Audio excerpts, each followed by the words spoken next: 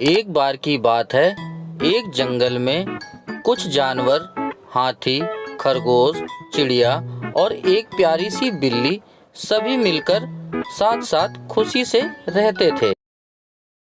और उसी जंगल में एक कालू नाम का भेड़िया भी रहता था।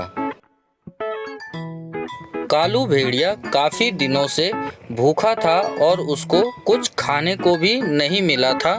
वह काफी ज्यादा परेशान था। अरे भाई, काफी दिन से भूख लग रही है और मेरे पेट में भी दर्द हो रहा है। मैंने तो कुछ खाना भी नहीं खाया। एक दिन सुबह सुबह की बात है, सभी जानवर आपस में कुछ बातें कर रहे थे। तभी कालू भेड़िया एक पेड़ के पीछे से छिपकर इन सभी की बातें सुन रहा था। भेड़िए के मन में लालच आया और उसने एक योजना बनाई ताकि वह अपनी भूख मिटा सके। तभी भेड़िया भी चलकर उन लोगों की तरफ आता है और उनसे कहता है कि अरे भाई, क्या कर रहे हैं आप लोग?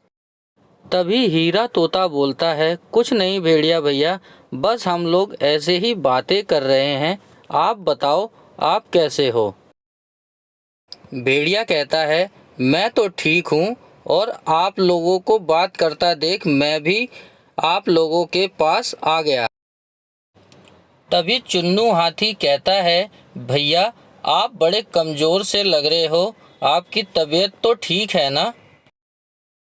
भेड़िया जवाब देते हुए कहता है कि हाँ चुन्नू हाथी, मेरी तबीयत तो बिल्कुल ठीक है।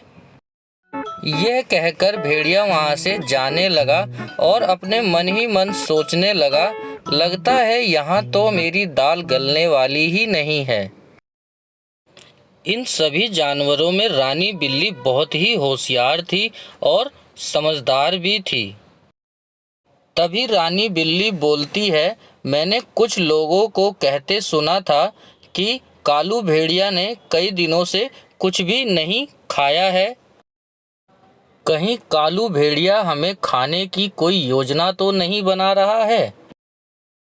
रानी बिल्ली की बातें सुनकर सारे जानवर घबराने लगे और डरने लगे। जंगल में अब रात हो गई थी। उसी जंगल में जंगल का राजा शेर वहीं पर एक पेड़ के नीचे सो रहा था। तो सभी जानवरों ने सोचा, क्यों ना हम जंगल के राजा के पास जाएं और उससे मदद लें। ऐसा योजना बनाकर सभी जानवर जंगल के राजा शेर के पास आ जाते हैं और उसे अपनी सारी बातें बताते हैं और कहते हैं कि आप तो जंगल के राजा हैं और आपके रहते हुए आपके जंगल में कोई दूसरा भेड़िया हमें मारकर कैसे खा सकता है। और ये सब सुनकर शेर को बहुत गुस्सा आता है और शेर कहता है, आने दो उस भेड़िए को, मैं देखता हूँ कैसे वो तुम लोगों को मार कर खाता है। इधर कालू भेड़िया भूख के मारे परेशान था और वह सभी जानवरों को ढूंढ रहा था। अरे भाई, ये सारे जानवर कहाँ गए? मुझे तो भूख भी इतनी ज़्यादा लग रही है और ये सारे पता नहीं कहाँ चले गए।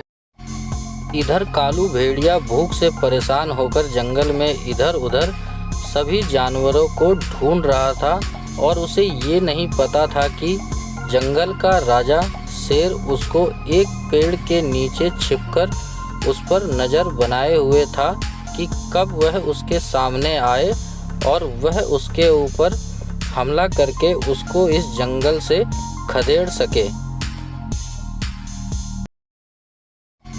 तभी कालू भेड़िया जंगल के राजा शेर को देखकर अपने उल्टे पैर वहां से भाग खड़ा होता है और जंगल का राजा भी उसे वहां से भगाने में सफल रहता है। सभी जानवरों की सूझबूझ से और शेर की मदद से कालू भेड़िया को भगाने में सफल हो जाते हैं और सारे जंगल में मिलजुल कर वापस से रहने लगते हैं। अगर पसंद है तो प्लीज लाइक कमेंट